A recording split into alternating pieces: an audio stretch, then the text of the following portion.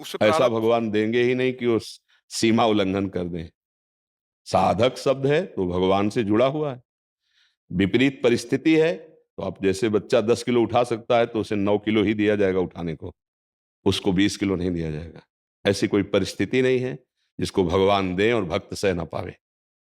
अगर चित्त जुड़ा नहीं है तो ये प्रश्न हो सकता है, अगर चित्त जुड़ा है।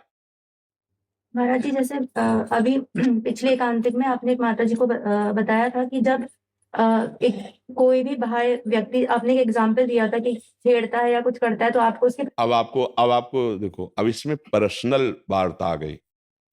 अभी जो प्रश्न चल रहा है वो सार्वभौम चल रहा है। तभी कहा गया है आरत अधिकारी के अनुसार धर्म का उपदेश। वो एक नौजवान स्त्री है, वो पूछती है कि यदि मैं नौकरी पेशे में आदि में जाती हूँ, कोई हमारे अंदर भाव की दृष्टि रख करके, तो हमारा क्या वहां कर्तव्य बनता है?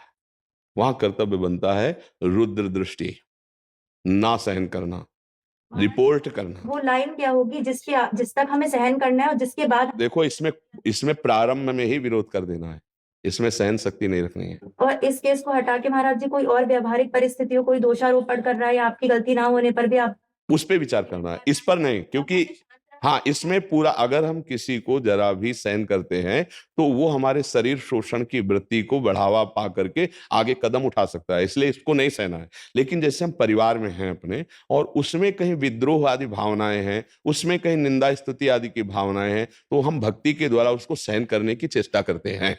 और जब हम सहन करेंगे और वो बढ़ता चला जाएगा तो ईश्वर उसे दंड दे देंगे। भक्ति का सिद्धांत ये है। उसे प्रारब्ध का भोग ही समझे महाराज जी अपने। विवेक से सह, प्रारब्ध का भोग क्या है? देखो, पागल आदमी रोड में गाली दे रहा हो तो हम क्या करेंगे? हंस के चल देंगे। ऐसे उसके विवेक नहीं है जो अपने धर्म का पालन ना करके आपके साथ असत वार्ता करता है, आपके विरुद्ध भावनाएं, घर की बात कह रहा हूं, तो वहां चरित्र दूषण वाला विषय नहीं आएगा। अगर हमें बाहर से कोई या घर में ही कोई हमारे चरित्र पर बात आती तो फिर हम सहन नहीं करेंगे। धर्म है, चरित्र है, राष्ट्र है, इन पर ज्यादा गुंजाइश नहीं रहती। इनमें तत्काल एक्शन लिया जाता है।